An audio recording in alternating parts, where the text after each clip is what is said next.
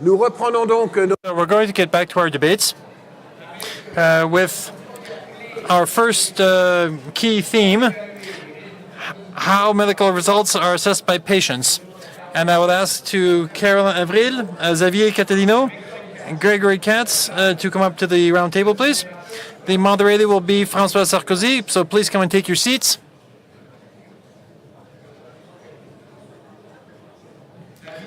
So we're going to have the video first, please. Here we go.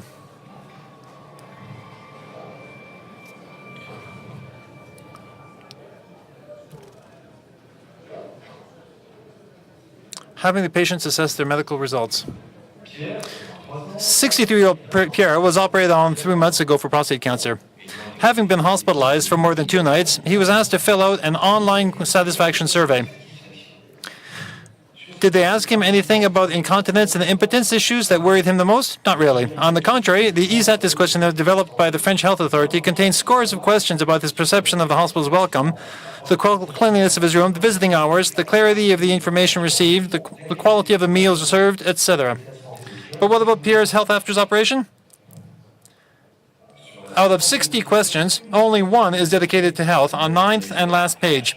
To conclude, how do you feel today compared with the day before your admission? Assessing a hospital on the basis of its hotel or administrative services does not really answer the questions, and the medical indicators are only partial. In fact, the quality measurement of the care is limited to its conformity alone. What's the solution for a more relevant assessment? That the healthcare system be judged on the basis of the values it offers to patients. In this case, the healthcare results for a patient with heart failure should be assessed according to his perceptions and his quality of life during and after the care. Does he have trouble sleeping? Does he feel anxious?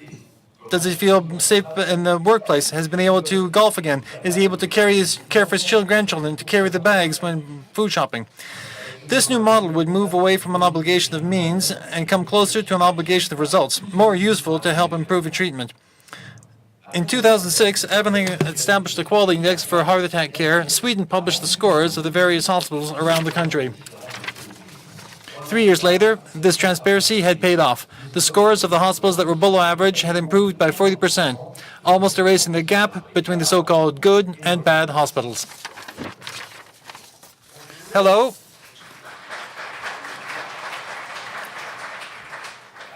So, as always, everything was said in the little Fed, which was very good. The previous roundtables talked a little bit, not too much, but it's the end customer of the healthcare system is the patient, of course. And if we ask patients to what they thought about their care, that's what we're going to talk about. So we have representatives of the patients, we have representatives of surgeons, and the representatives of the university, and from a hospital group, a private hospital group. So first thing, what happens? How does this assessment take place by the patients? Carol, first of all, is there such a thing? Well, first of all, I would answer on 2 levels. On the macro level, for me, it happens, but on Google. I think that patients, the general public today, they score things on Google, physicians, and there's a whole range of criteria that are mixed together, the reception, as they're talking about the film, waiting time, but also the quality of the treatment. So on Google, it's unavoidable. Patients go on Google to see whether the scores and the results of a health professional or of a healthcare facility. I do it personally. So I think there's a lot of people who do it. And then it's unavoidable, and it has to be organized on criteria that are collective. That's the first question on the macro level. On the micro level, on the question of the individual colleagues, I don't think it's done enough. Other than asking how patients how they're feeling, we go so far as to, I don't think it's systematic. The health system is not organized to take the time for an assessment. So we don't have time to ask the patient really about the medical results, and also especially about, I think there's a word that says, there's a word that's being said and that has to be used for something, and I think that's the word of the patient, and the opinion of the patient is not really organized, and we don't really know how to use it, and we don't really know how to put this opinion to the benefit of the medical system. We have to transmit data and not a patient who generates data. So how does it happen in practice? What criteria do we consider in the assessments, in the appraisals? When we talk about a physician or a surgeon, what do we ask the patient? How does it happen in reality? I think that today really, it's not really by the patients. There very little goes through the patients because the patients want us to answer two questions: his expectations and his needs. So they want to know how the illness is going to be treatment and the relevance of the treatment and the therapeutic choices, and downstream, the efficiency of the treatment, and also their expectations. They want quality, of course. That's the only thing that's assessed by the patient, and the quality of the follow-up and the results. So finally, the needs for handling the illness it has to be cooperation between the physician and the healthcare professionals, but he has no opinion to give, and the quality of his stay, but on the quality of the results in terms of impact in his life every day and day-to-day life, his social impact in workplace or on family level.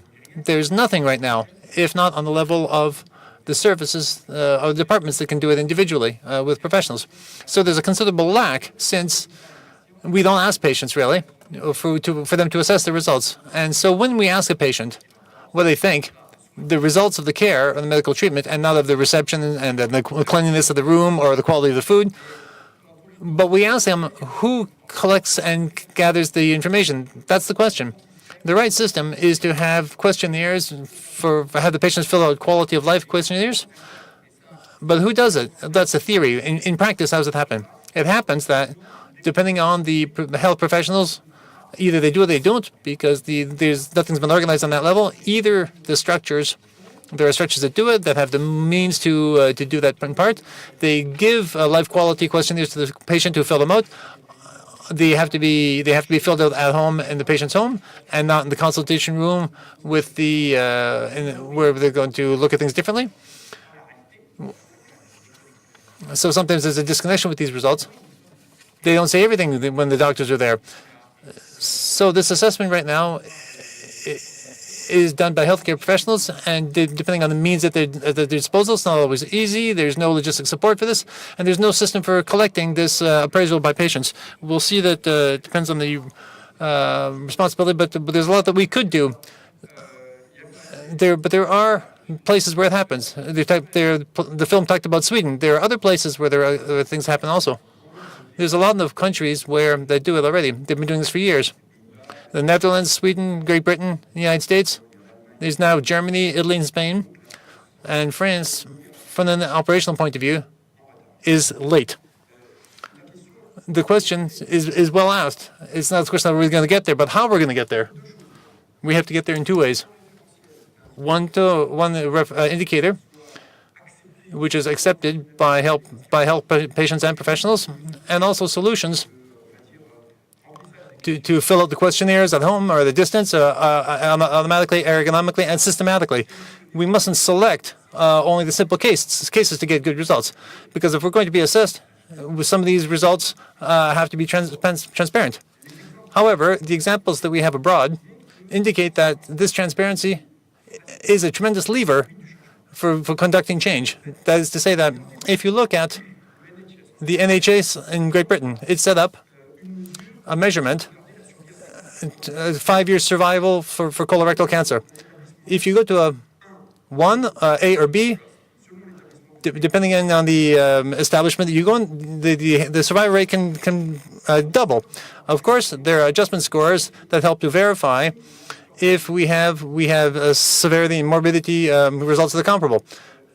If you go to the mortality rate can vary from 1 to 5, depending on the establishment where you're going. And for a cataract, the complication rate, depending on the establishments in Sweden, it varies from 1 to 36.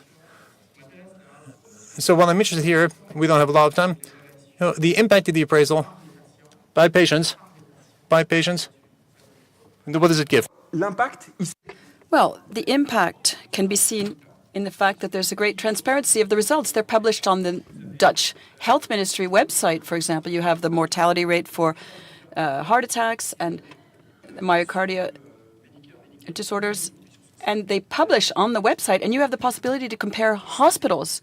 For strokes, for example, according to the rate of remission, So they go to the hospital for a stroke, they leave the hospital, they're not stabilized, they go home, and then they have to come back for emergency reasons. So today, you see that rate of readmission that wasn't anticipated. So this shows that the hospital didn't stabilize the patient. If you're in Boston, you're a patient, you want to select a hospital, you look at Hospital Compare, and you can type in stroke, and you'll have 3 facilities in your neighborhood that are compared in the terms of unexpected readmission, and you can choose. So let's not be paternalistic and say, well, according to conformity criteria, we're going to say which hospitals are good and bad. We're going to say to the patient, these are the results. You can then choose. And this non-paternalistic, transparent dimension empowers the doctors, because then this message is completely transparent. Well, hospitalization, complications, we look at that also as healthcare professionals. What I'm interested in is looking at when the patients make an assessment, aren't there other criteria that they take into account that we are completely ignoring, for example, as doctors? Yes. I'd like to understand in the system. So do we mean here that the patient has the choice of their facility? And then the question is not just how the patient's going to assess the healthcare facility, but why do it? How do we convince all of the stakeholders to embrace this and understand that it's inevitable? We need to explain why it needs to be done. And I think Google already does this. But there are criteria that are sometimes mixed up, because sometimes a doctor was irritated because he had a patient who was late, or a patient was upset because the doctor was late, and they put that on Google. So the patient might come in and say, well, this doctor treated me very well, and thanks to him I can garden. But there are medical results and different results. So I think you have to do it. It's inevitable. It's going to be done. Also, on the individual level, it's important for healthcare professionals, for themselves, to see where they're situated. And in the foreign examples, have we been able to demonstrate that it really helps healthcare professionals improve their practices and improve their job? It would be interesting to see if it really works. Yes, today you have 24 registers in the Netherlands that the ministry has set up according to precise pathologies. Let's look at colorectal cancer. In 2009, they opened it up, and the register includes, according to a set of indicators for which the patients were consulted to make sure that these assessment criteria corresponded. Yes, absolutely, Carol. The patients define with the healthcare professionals and doctors, colleges, and societies what are the criteria that count for them. So for colorectal cancer, this reference system now exists, and the hospitals had to respond and answer by setting up homogeneous data collection systems in 2009. So you have a scatter plot with a median point with intra-hospital mortality rate, and then you have all of the dots showing the different hospitals and the leaders and the followers. And then in 2013, 4 years later, the mortality rate in the hospital has been decreased by 43%. So it does help the system improve. Yes. And the group of hospitals who improved were much closer. And why? Why did this homogenize the results? Well, because any informed approach helps improve your job. The idea was not to say, here are the good practices, and then I'm going to be very authoritarian and tell you how to practice medicine. No, it's a mirror effect. We said to the professionals, you're adults, here are your results, take a look, and you can identify the leaders and then train with the leaders. And this aims to develop by saying, well, with your results, you have an obligation to improve, continuous improvement. Yes, but with hard criteria that are still medical criteria. We still haven't talked about what we're interested in. What about the doctors? What's the doctor's viewpoint? Well, the key is the qualitative criteria. The medical criteria we know, that's easy to result.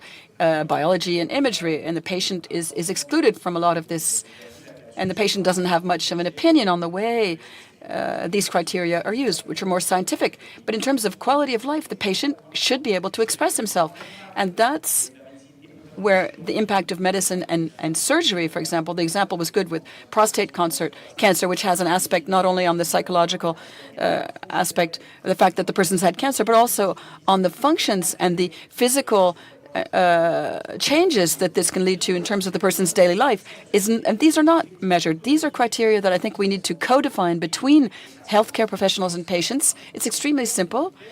You need to take people's daily life experience and transform this into criteria. So in practice, you're doing this with a pilot project. That's why we took the example of prostate cancer. Yes. With Guy, when we went from open surgery to more modern types of surgery, we developed a website that was developed by Laurent Alexandre, which was very innovative, where the patients could enter their own data. So this completes what you said, where patients actually feed into the system, and they even sent in their biological markers, cancer markers, and then it was validated, and then we had the scores, and then there was even a dialogue between the patients and the healthcare professionals. We did this with over 1,000 patients, and then it was stopped. But we do need support from the authorities because obviously, technically, we had to pay for a web host, etc. But indeed, it was extremely positive, and the patients, when it stopped, didn't understand. They were angry, and they said, "Why have you stopped the system?" So, well, this was just our team. Obviously, it's easier to convince just 5 surgeons, but it's clear that surgeons, just like any professionals, they have a hard time accepting being assessed.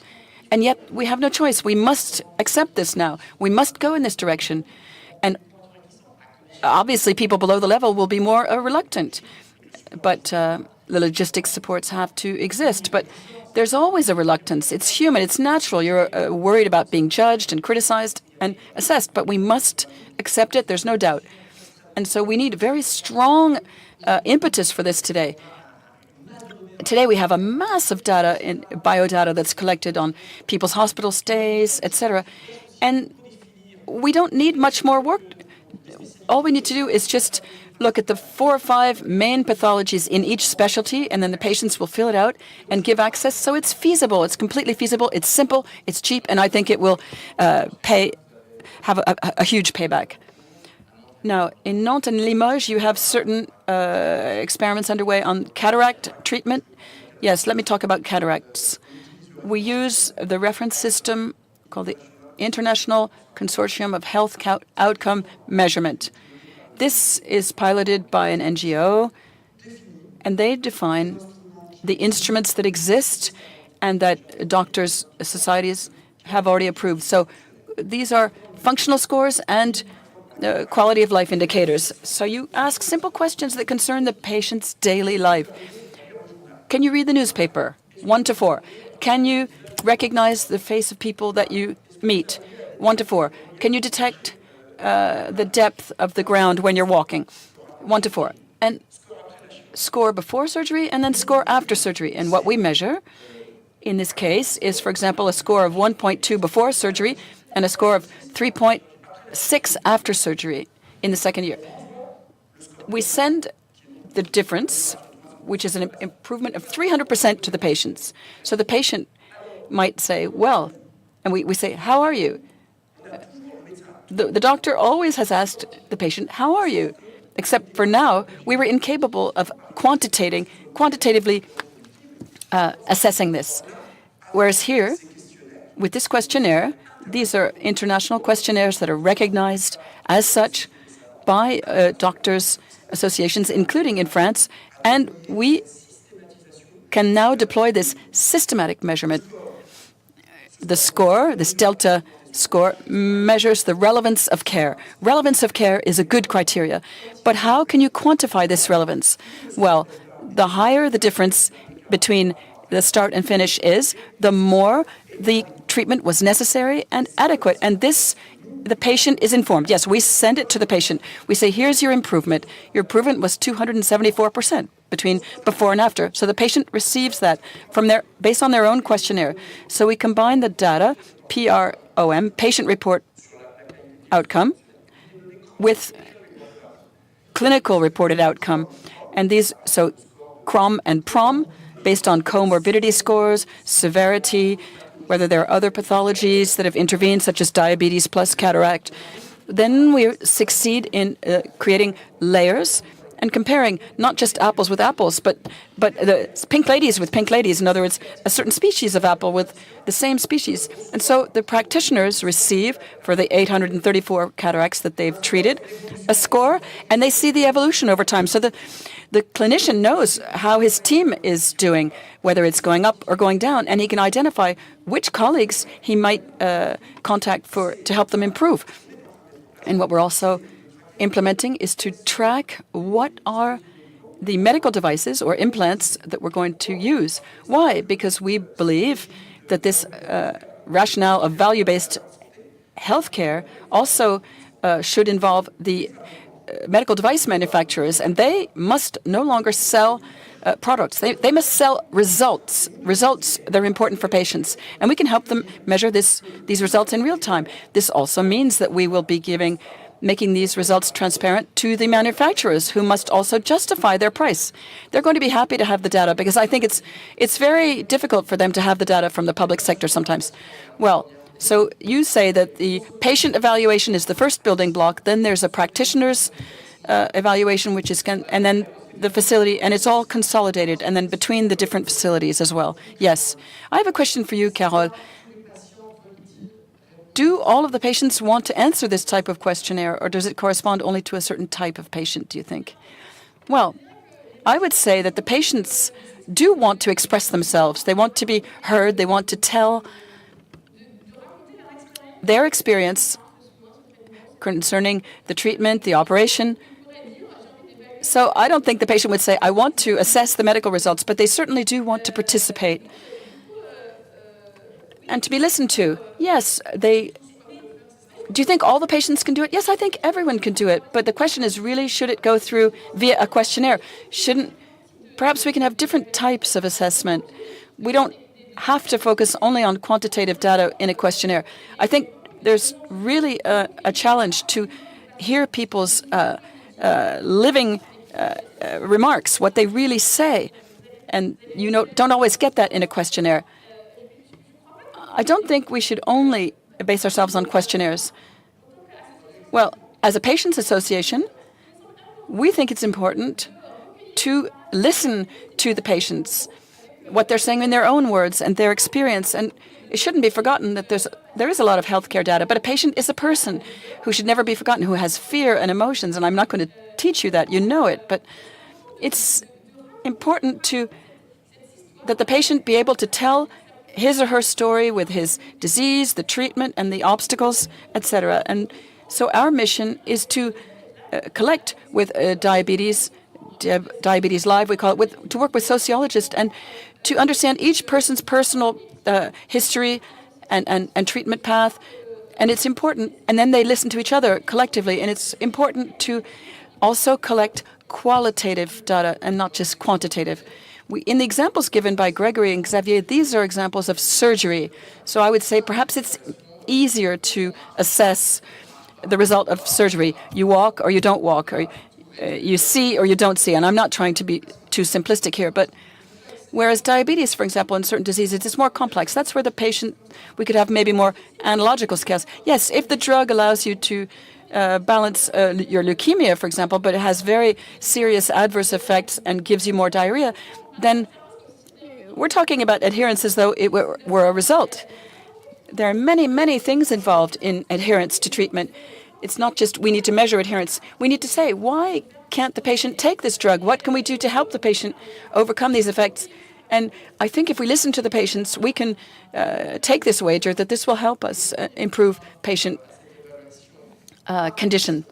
Now, assessment by the patients. Where's the first obstacle? Is it a cultural obstacle with doctors? We know that doctors in France don't like assessment, but what's the obstacle? Well, I think the first obstacle is us, doctors, surgeons. Culturally, we have the impression that people are challenging our work, they're challenging our skills.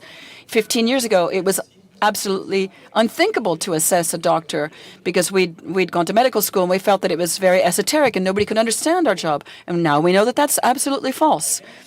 And we need to continue to be assessed throughout our careers, and the best doctors will win. And yes, the poor doctors, obviously in France we have a very high level of doctors. So the idea is not to sanction people, but the idea is to completely, continuously improve and bring everyone to a higher level. So yes, the first obstacle is probably ourselves, the doctors. And then there's a technical, logistics and financial obstacle, which is where digital development can be very useful, and telemedicine as well, make these tools available. We know that today, patients today have more access, provided that we can communicate it, to digital tools than 15 to 20 years ago. When we did our prostate study 15 to 20 years ago, 40% of our patients wanted to have an IT medical record. So you can imagine that today it would probably be twice that. It would probably be 80%. So you think in the new system they should have a tab called patient assessment in the new IT system? Yes, because patients are assessing in the forums on the web, etc. So yes, I think we must decide. It was very interesting, this idea of HM, is to say that collectively we agree on criteria that are important in this pathology and that are shared by the healthcare professionals. You said an important word, which is sanction. Assessment is not a sanction. We must move away from this notion of sanction and make people understand how important it is to assess. Assessment is focused on the past, so we look to see what happened and compare whether, with chronic disease, for example, and not operations, to look to the past and see whether the reality is in line with what we hoped, whether people can garden and take care of their grandchildren, for example. And then we also need measurement and then take measures so that we can improve things. And really, this should not be just sanctioning people in the present. It should really help us improve the future, how we treat for patients, how we care for patients. I totally agree, Carole. But I think really we have to be aware of the methodological robustness of tools and on the global level. This is a historic period because there are reference systems. Certain NGOs take instruments that the doctors' associations have validated. They aggregate them. They create expert panels, and patients come to say, well, PSA, I'm not interested in that score. I really want to know whether I'm going to have impotence problems or incontinence problems. That's really important. So please, ladies and gentlemen, please include in your indicators things that speak to me. This is what the patient says. And then we have the risk with severity scores that also allow us to create a stratification of patients according to the complexity. Once we have both, then we can deploy it. How do you deploy it? You deploy it with simple tools. When you explain it, it does seem simple, but no, it's not that complicated. You're right. Once we have your hands in the clay and you start working, and you'll see that the practitioners, if they're not worried, on the contrary, if we propose this mirror to them, well, is it simple? Should it be done systematically? Well, the objective is, of course, to achieve this dynamic of leaders and followers. We're not going to wait for the authorities to tell us how to do it. Practitioners are sufficiently adult to measure themselves. Today, 50% of the list of pathologies identified the WHO in terms of prevalence, half of them have homogeneous international indicators. You have 800 facilities that are the best in the world, the ones with the best reputation, Stanford, Harvard, MG Anderson, etc. All of those facilities are leaders and they create followers. Now, if we come back to concrete things in France, you present that reference system to practitioners, focusing on the hip, the knee. Basically, can you walk? Can you go downstairs, upstairs? Have you gone back to work? You ask the doctor whether you're ready to systematize the measurement of those indicators, and the doctor will say, now, I was trained for 15 years, I was assessed, and I never gave me enough instruments so that I could perform assessment. Of course, I'm going to make improvements. I'm going to get better at what I do. Is that not a very dreamlike vision? So when we talk about users in hospitals, we know that hospital facilities, I don't really know what role they have, but is this part of the discussions that are ongoing? Yes, a little bit.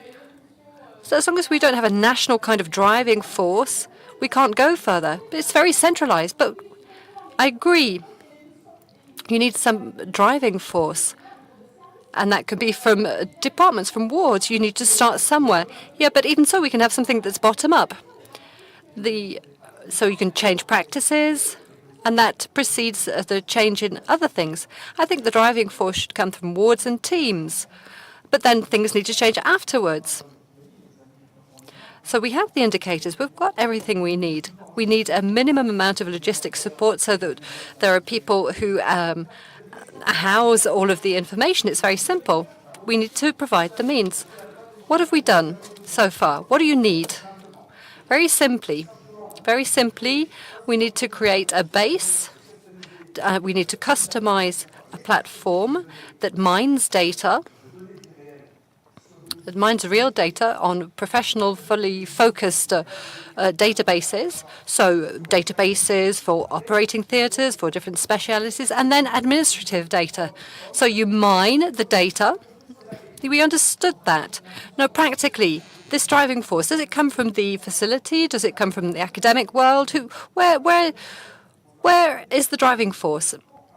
When I meet practitioners, we tell them either we just wait for things to happen, we leave the status quo, or we try and do something to show that it works. We know that it works. We know how to make it work. Then the key question is to say, have you staffed your results? In other words, have you been transparent? Even if some of the results are published and they are embarrassing for some. So, Gregory, your question is stupid, they will say. We're all going to be staffed because on a day-to-day basis, we observe what's happening and we make improvements. The aim is for the facility to have a good average mark. The aim is to communicate. So you have 22% less complications than the national average. And the hospital classification system is going to be reformed thanks to the results and transparency. I'd like us to ask another question. We're talking about hospitals. We can also talk about private practices or professional health centers. We were hearing about this with Pierre. Often they integrate patients, they integrate their protocols. Is this the case in private practices or not? The assessment of medications? Or is it still too complex? Well, I'm afraid. I think that I'm going to be hung, drawn and quartered at the end of this discussion. I don't think so, no. I don't think so. Anyway, it's not something that's organized. I think that each healthcare professional wants to know about their own patients. They want to know how things have gone, whether the patient is feeling good after the operation or with the treatment. That's something that's done. But it's not done in an organized way with shared criteria, and it's not published. And I think that's the main issue. These medical results, these assessments of medical results by patients need to be published. They need to be transparent so that at national level, we know what's happening with each facility, each hospital, clinic, whatever. So this is what we were saying. You improve quality, but you also have something to reassess pay. So we've got payment based on a medical act. So this can help with the results. So it's a system that's very complex and it's not really consistent. So it has to be virtuous. You have to be encouraging people to improve quality, and this needs to be focused on results. It's what we saw on the film. Perhaps we need to talk to the French health authority and for the authority to have its say and to consolidate that nationally. So the first brick is the patient. So we've finished. So I'm going to ask Carole to conclude. No, I can share my conclusion. We've got 45 seconds to finish. So centering the patient in indications, the importance of results more than means, and the transparency of results rather than something that is opaque. This value foundation means that all stakeholders, including those represented in this room, will all be in agreement with the values. The question is to have national registers with plug-and-play IT solutions. Today, so you've got to help people to want to have that assessment. We can summarize that by saying, let's not consider the patient as a patient, but as a customer. Yes, the patient is an actor, a stakeholder, has the right to give their opinion about their medication and their results. We want the healthcare system, after all, to be efficient. We want it to meet patients' needs. And we want to make sure that it helps to improve the quality of work being carried out in this economy with all its restrictions. Thank you very much.